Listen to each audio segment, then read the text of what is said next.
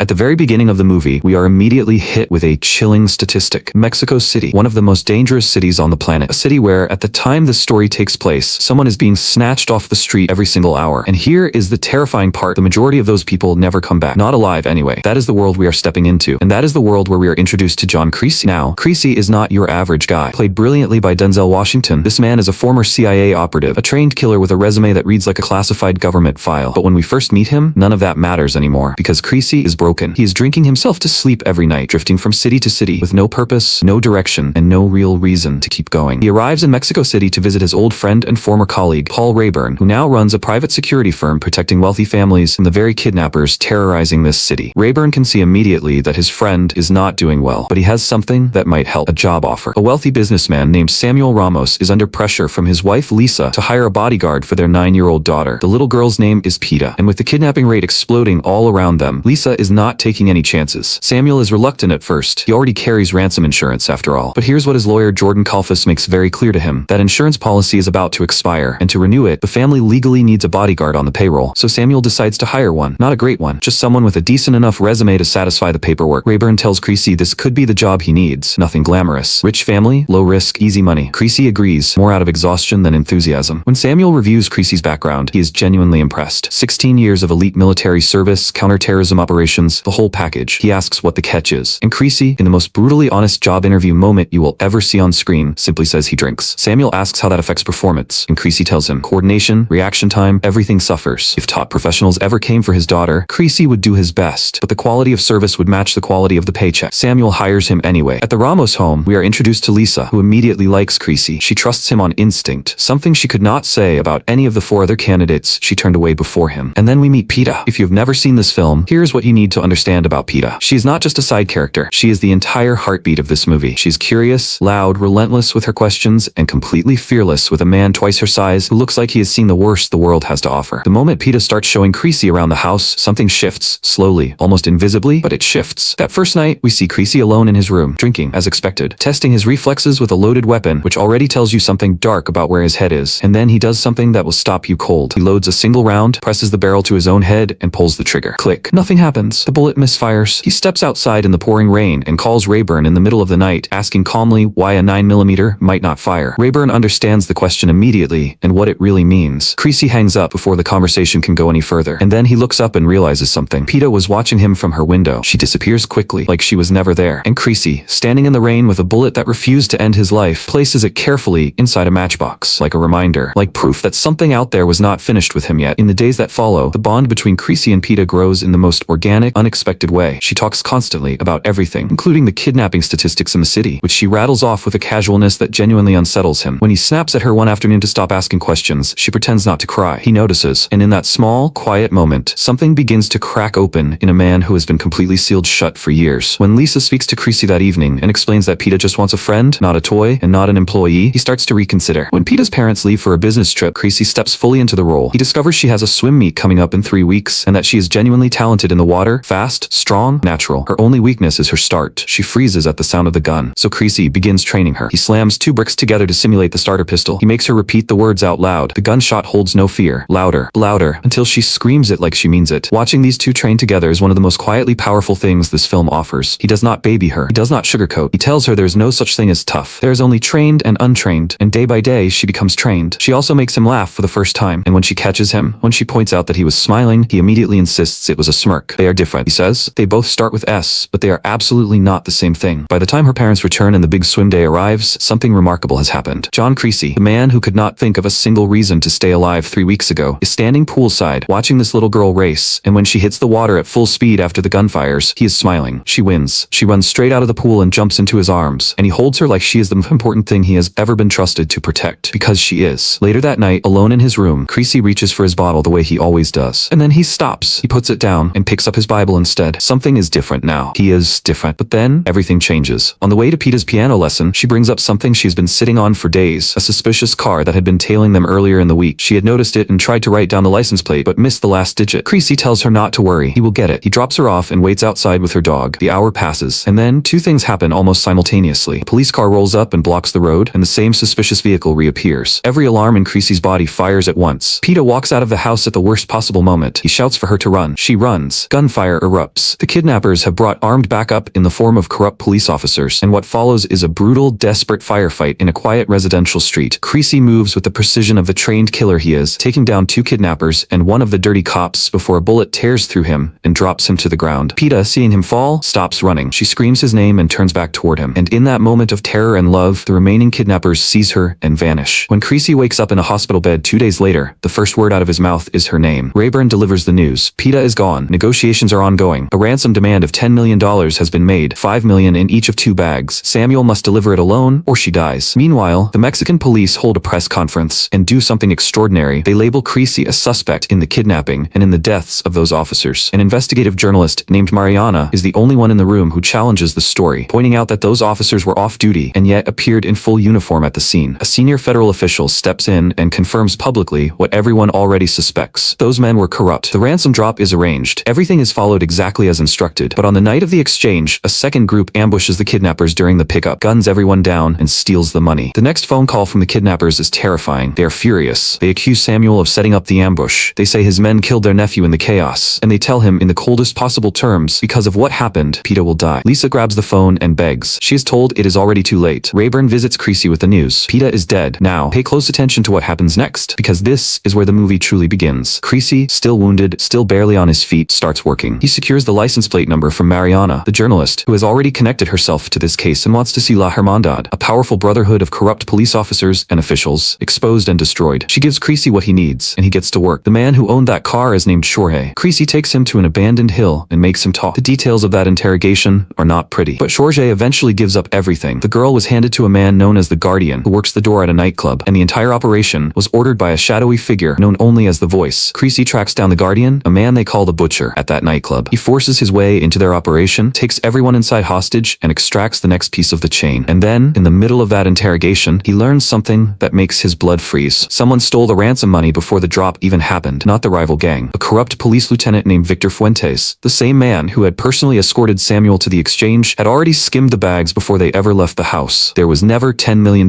in those bags, just a fraction of it and paper, which means someone inside the Ramos operation had been working with the kidnappers from the very start. Creasy rescues another kidnapped child he finds in the operation's holding cell, hands her and a key witness over to Mariana, then turns his full attention to Fuentes. Lieutenant Victor Fuentes travels in armored convoys and is considered more protected than a sitting head of state. That does not stop Creasy. He acquires a missile launcher, finds the convoy route, secures a position in an elderly couple's apartment, assuring them he means no harm, and waits. When the old man suggests it is better to forgive your enemies, Creasy replies with one of the most chilling lines in the entire film. Forgiveness is between them and God. His job is simply to arrange the meeting. He fires. The lead vehicle disintegrates. He storms the wreckage, puts a grenade under the armored car, and when Fuentes flees the burning vehicle, Creasy is waiting. He tells Fuentes he has planted a C4 explosive device inside his body with a 5-minute timer. Fuentes breaks immediately. He confesses he stole the ransom. He confesses he had done it before, but then he reveals the most important detail of all. The bags were never fully loaded. One bag had only 2.5 million. The other was packed with paper. Somebody at the Ramos house had already stolen half the ransom before it even reached the exchange point. That somebody was Jordan Kalfas, Samuel's own lawyer. Creasy walks away. The timer runs out. The explosion is heard from a distance. He finds Kalfas dead at his home, already taken care of by someone who clearly needed to silence him. But in Kalfas's house, Creasy finds something even more valuable, a fax still warm in the machine, pulling up a Cayman Islands bank account. And on that account, among the listed names, is Samuel Ramos. Creasy returns to the Ramos home and confronts them both. He asks Lisa directly, was she part of this? Did she know about her daughter's kidnapping before it happened? And then Samuel breaks. He confesses everything. He was buried in debt, his and his late father's combined. He and Kalfas had staged the kidnapping together to collect the insurance payout. The plan, as Kalfas sold it to him, was simple. Peta would be kept somewhere safe for 2 days, watching cartoons, eating ice cream, and then returned. A controlled, painless operation. No one was supposed to get hurt. No one was supposed to die. But Kalfas lied, and the people he hired had their own agenda. And when the ransom drop fell apart and one of their own was killed in the chaos, the plan collapsed, and Peta paid for it with what everyone believed was her life. Lisa is shattered beyond words. She storms out. Creasy quietly unloads his weapon. He places it on the table. Then he takes out that matchbox, the one carrying the bullet that misfired the night he tried to take his own life, and slides it across to Samuel. He tells him simply, it did not work for him. Maybe it will work for Samuel. A bullet, he says, always tells the truth. It never lies. Then he walks away. A single gunshot echoes behind him. But here's where this story delivers its most stunning and emotional twist. Because Peta is not dead. Working through Mariana and Manzano, the federal director who has been quietly supporting Creasy from the shadows, a traced phone call reaches a man known as the Voice. His real name is Daniel Sanchez. And when Creasy confronts Daniel's family, his pregnant wife, his brother, and the phone call finally connects, Daniel makes an offer that stops everything cold. A A life for a life. He will return Peta alive if Creasy surrenders himself and releases his brother. Creasy does not believe him. He demands proof. He tells Daniel to ask the girl what she named her bear. Minutes later, Daniel calls back. She calls the bear Creasy Bear. Creasy agrees to the exchange without hesitation. He calls Lisa and tells her the impossible truth. Her daughter is alive. He drives to the bridge, hands Lisa his weapon, points her toward Peta at the other end, and tells her, do not release the brother until Peta is safe, and do not wait for him. Wounded and bleeding, and fully aware of what he is walking toward, Creasy crosses that bridge. Peta sees him and runs into his arms, screaming his name. He holds her, checks her, and then tells her, go to your mother. She asks where he is going. He tells her he is going home too. He hands her back her diary. He urges her to run, and she does. Lisa releases the brother the moment her daughter reaches her arms. Mother and child collapse into each other in tears on that bridge, while at the other end, the kidnappers load a barely conscious Creasy into a car. As they drive away, Peta watches from a distance. In the car, Creasy holds the small necklace she gave him, the one with the saint's emblem that she bought with her own money, and he closes his eyes. He does not survive the ride. That same day, Manzano closes the final chapter. He tracks down Daniel Sanchez and kills him during the arrest attempt. The voice is silenced, and the man who came to Mexico City with no reason to live, who kept a misfired bullet in a matchbox as proof that something still had a purpose for him, found that purpose, spent every last drop of it protecting a little girl who called him her big sad bear, and then went home. If you watched this all the way through and you are still not subscribed to this channel, honestly, what are we even doing here? Every week we break down films like this one, the kind that stay with you long after the credits roll. Hit that subscribe button right now. Do not make me explain to you what Creasy would think about people who watch without subscribing, and drop a comment below. What hit you hardest in this film? Was it the bridge scene, the piano lesson conversation, or the moment that misfired bullet was handed to Samuel? Let us know. We read every single one.